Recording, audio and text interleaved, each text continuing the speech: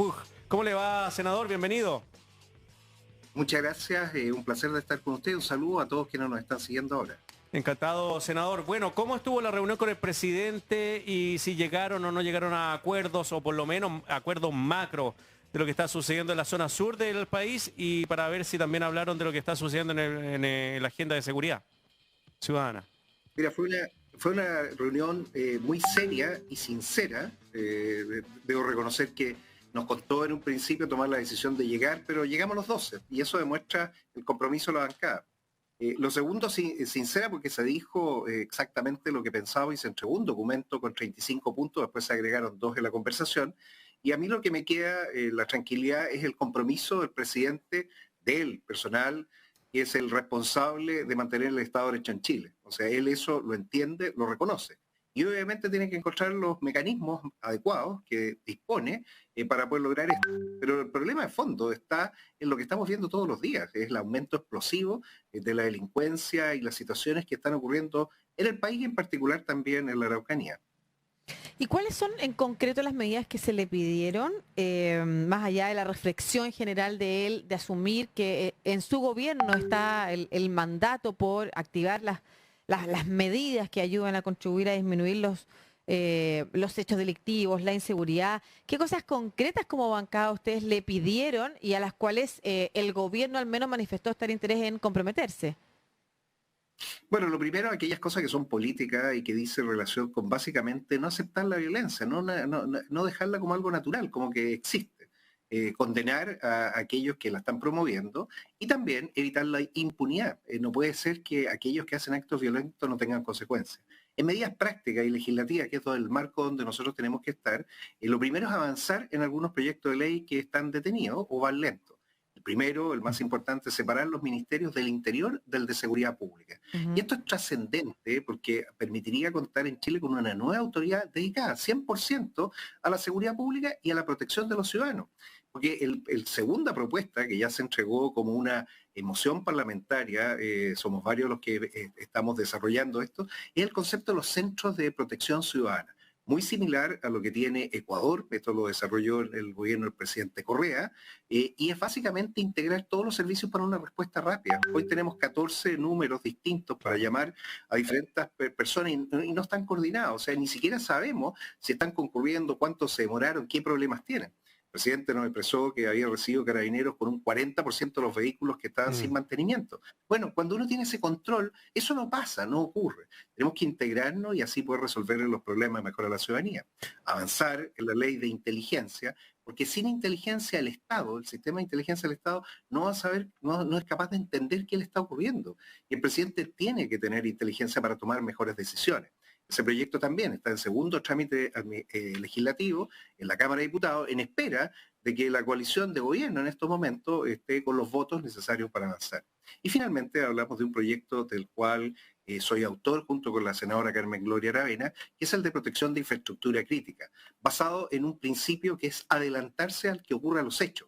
No podemos esperar a que se tomen las carreteras, destruyan los puentes y pasen cosas graves. Tenemos que actuar antes. Y para eso, darle al presidente una nueva capacidad que es, sin tener que declarar un estado de excepción, vale decir, en condición normal, con Mm. todas las garantías, desplegar fuerzas militares preventivas antes que ocurra un hecho y así bloquear. Este concepto se llama disuasión.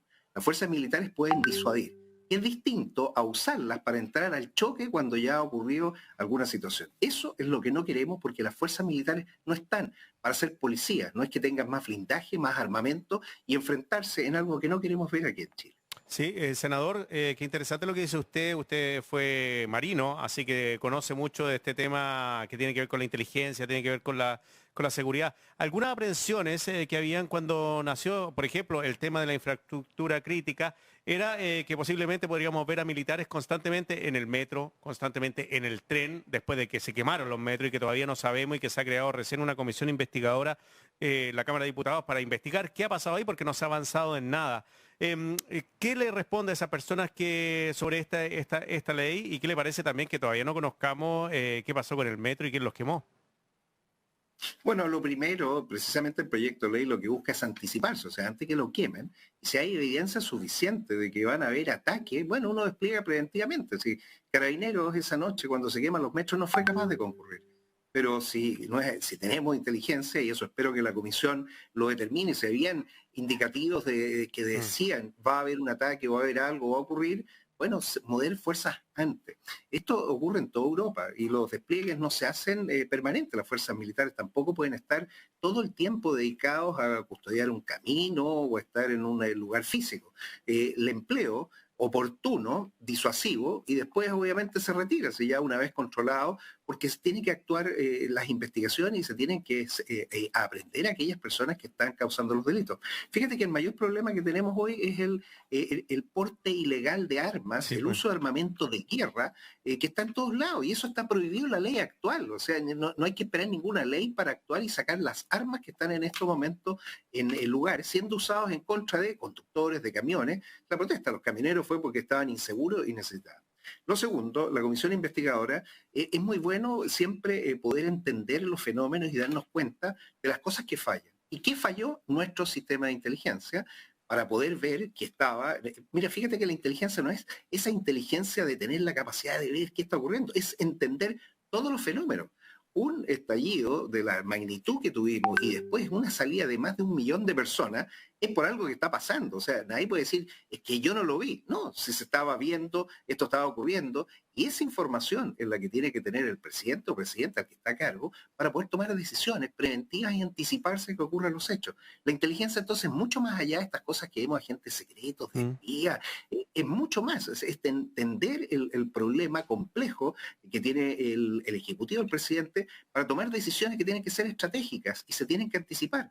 Nosotros no tenemos planes estratégicos a largo plazo, no tenemos inteligencia estratégica, estamos improvisando, estamos tratando de más o menos ver el tuit de la tarde qué podría ocurrir mañana. Eso no puede ser, eso es un país que no ha entendido esta realidad. Chile tiene uno de los sistemas de inteligencia más ineficaces de toda América Latina, el más pequeño, el que tiene menos facultades. Y esa es nuestra realidad, tenemos que reconocerla y tenemos que corregirla. Y cuando hablo de inteligencia, hablo de esta gran inteligencia que entienda el fenómeno. Incluso desde la Comisión del Futuro en el Senado estamos tratando de promover análisis prospectivo de escenarios, qué cosas pueden ocurrir para anticiparnos con algunas leyes, pero eso obviamente queremos que esté en el nivel del presidente con mejor información para que él pueda tomar mejores Mm. decisiones. ¿Qué le parece a usted, senador, la crítica de los integrantes de Renovación Nacional, bancada a la cual usted pertenece, por esta participación o por esta asistencia a esta reunión? Bueno, mira, yo soy independiente, conservo mi independencia, eso me permite hablar muy claro y decirle a la ciudadanía primero que nos costó, o sea, el tomar una decisión de ir y todos, porque si no íbamos todos esto no iba a resultar. Entonces teníamos que estar todos. ¿Qué demuestra? Que somos el 25% del Senado, somos la bancada más grande y que estamos disponibles y dispuestos para estar juntos. Obviamente que hay otros que quieren estar en ese protagonismo y no les va a gustar. Entonces ya entramos en el juego pequeño, en la agenda personal. Nosotros estamos preocupados de una agenda nacional, estamos preocupados de un problema puntual. Pero son problemas internos, de competencia. El mundo de la Cámara de Diputados y el mundo del Senado son dos mundos distintos y qué bueno que sean dos mundos distintos, porque fíjate que si no habría capacidad de diálogo. Si tuviéramos un Congreso unicameral en que se entendiera solo un grupo de gente con el presidente, bueno, estarían peleados o estarían amigos. Aquí podemos estar algunos buscando soluciones de largo plazo y con experiencia, porque también la gente que está en el Senado y gente que ha sido intendente, alcalde, han sido ministros, tienen una experiencia gigantesca acumulada. Entonces, nuevamente, valía este concepto de ojalá mantener dos cámaras que le ayuda mucho al país para mantener su estabilidad. Sí, senador Kenneth Pugh, ¿qué pasa con la zona sur? ¿Cuáles son las propuestas que ustedes le entregaron al presidente Boric para lo que se está viviendo en la provincia de Arauco, en la provincia del Biobío?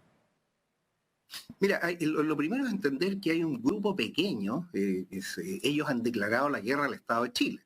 O sea, aquí no es que yo lo diga, ellos mismos lo están diciendo, y que tienen armamento de guerra. Ese grupo pequeño, si no se controla a tiempo, empieza a crecer. Empieza a crecer porque hay gente que le gusta, mira, es como, no sé, ir de voluntario a Ucrania, todos quieren, ya vamos a pelear a Ucrania. Puede que aquí se genere una situación similar, indeseada, de gente que dice, oye, me gusta disparar armamento de guerra, ametralladora, ¿y dónde puedo disparar? Bueno, me voy a la Araucanía. Entonces empezamos a producir una situación de un vacío del Estado gigantesco. ¿Qué se requiere entonces? Partir con cosas muy sencillas, que es para separar las comunidades que son las comunidades que están en paz, en tranquilidad, que quieren desarrollo y que están preocupados de otros temas, de aquellos que están actuando de forma irregular.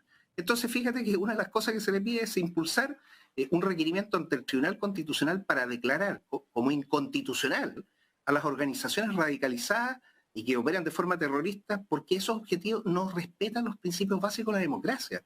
Incluso esas organizaciones tienen coaptadas las comunidades, no sabemos, o sea, son comunidades que están encerradas, que hay un grupo armado que no deja entrar al Estado, pueden entrar todos los beneficios y las cosas, pero no deja entrar al Estado, no deja entrar a la ministra del Interior.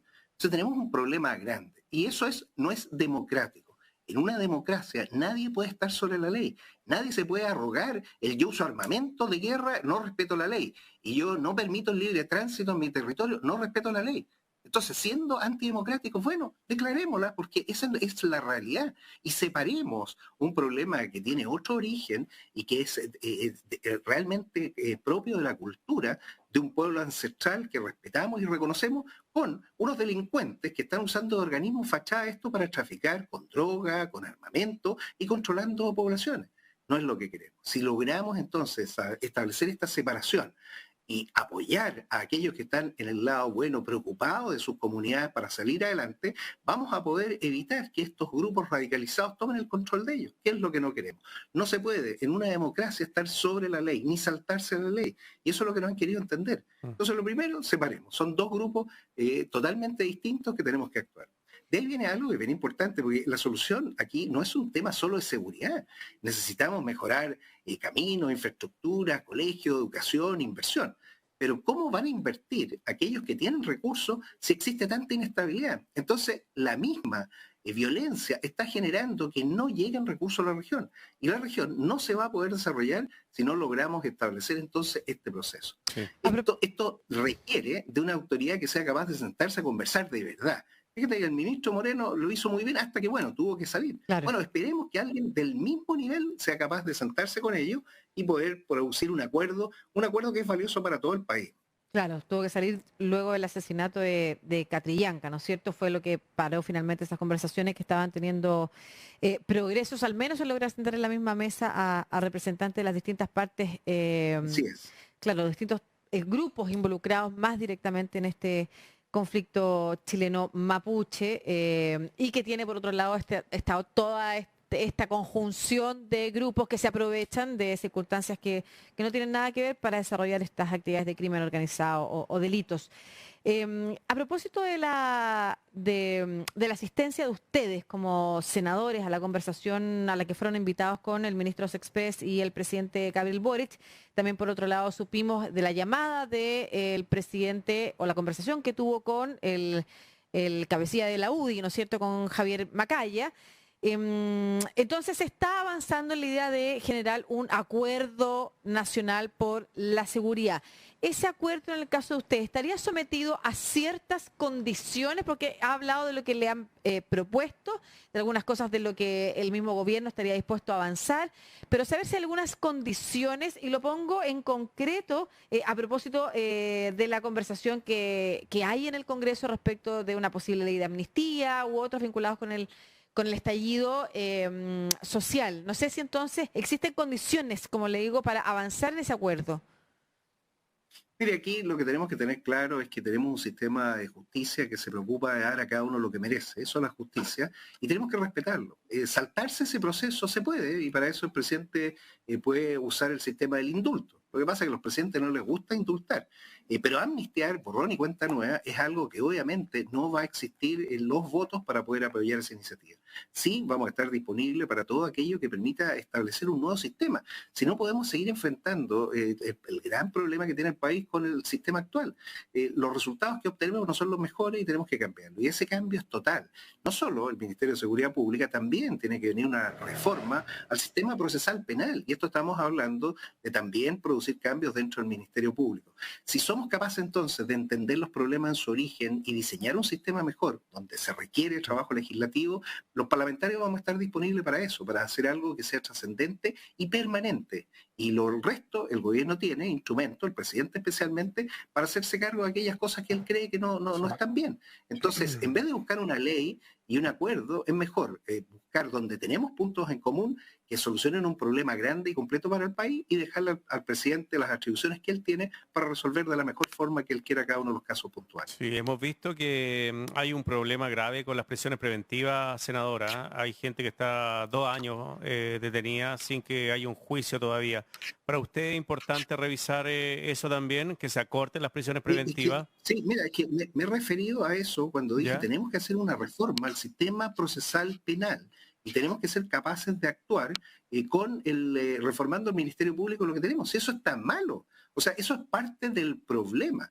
Porque aquí se habla, refundemos Carabineros, oiga, si Carabineros hay que darle más capacidades, más educación, pero el sistema procesal que tenemos es malo y tiene que ser reformado. Y lo mismo el trabajo de los fiscales, el control de ellos.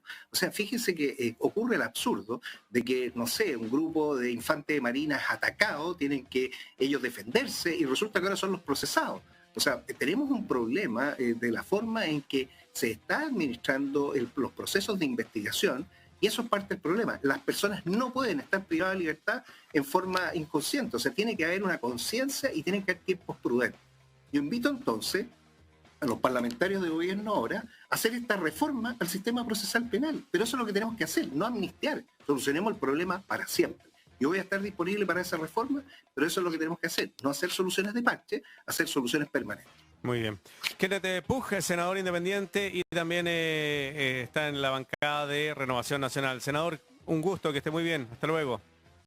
Igualmente, muchas gracias, que tengan un muy buen día. Igualmente. Chao. Oye, Lucía.